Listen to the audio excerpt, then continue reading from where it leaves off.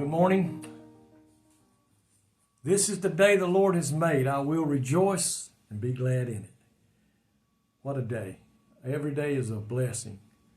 I look forward to the sun coming up. There's just something about walking out first thing in the morning and coolness and watch that sun rise above the treetop. And I love to watch it. I love to be down at the ocean sometimes and watch it come up out of the water. And then watch it go back down in the water in the afternoon and the moon come up. I want to talk to you today found in 2 Timothy chapter 1, verse 3, 4, and 5. 3, 4, and 5. I remember my dad telling me a lot, showing me a lot, teaching me a lot of things to know in life, in just regular life. And then he also taught us the Word of God and how we were to live. He was preparing us for a day. He would always say, I'm not going to always be here. And let's look at these verses here in 2 Timothy chapter 1, verse 3, 4, and 5. It says, I thank God whom I serve with a clear conscience, as my ancestors did, when I constantly remembered you in my prayers night and day. Remembering your tears, I long to see you so that I may be filled with joy. I recall your sincere faith that first lived in your grandmother Lois and in your mother Eunice. Now I am convinced is in you also. Paul had a deep affection for a young man named Timothy who had served him faithfully in the ministry.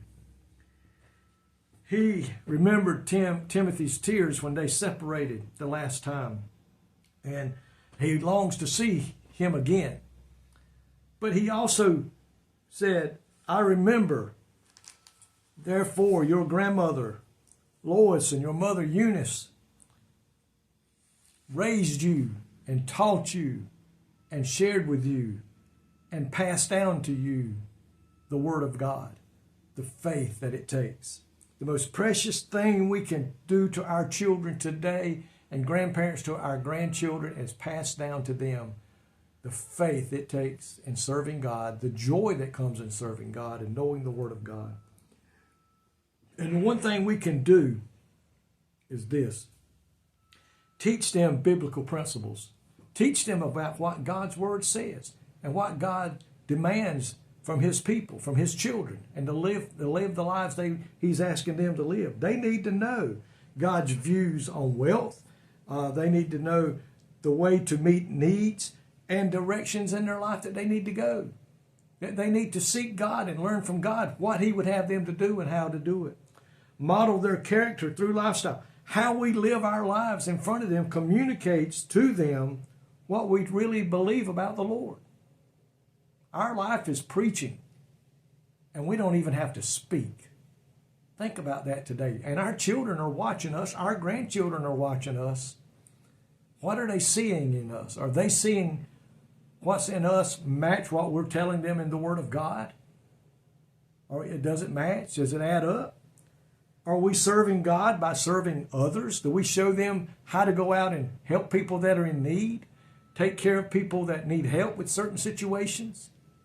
To give of our time, maybe even give of our talent, give of our money to help those who are in need today? Are they seeing that? Are we letting them get involved and feel the joy it comes in helping others? Do we intercede on their behalf? Do your kids ever hear you pray for them? Do your grandkids ever hear you pray for them? Do you bow down with them at night and do prayers with them? Do they hear you mention their name? And do you communicate love to them in every way possible? Not by giving them stuff, by telling them how much joy you have when they're around, how much they make you happy, how much they make you love on them. I'll tell you what, man, my grandson, I just love him being in my presence. And I pray today that my being involved in his life, his mom and dad are doing a great job, and I pray that I'm doing the same with my life. Not only with him, but those that are around me. So today I ask you, what are you passing down to your children and to your grandkids or children today? What are you passing on to them? Are you passing them to the Word of God? Or are you passing them something else? Believe me, action speaks louder than words. Thank you, Lord, today that you spend the time to teach us in your word what you would have us to do and how we should do it. And like Timothy's mother and grandmother, we need to do the same they did for him and take that and teach it and put it into their lives, that they too may serve you when we're gone and we're not here anymore to instruct them, that they will know the way to go and know that you are the one they need to serve. In Jesus' name, amen. I love you. Thank you. God bless you.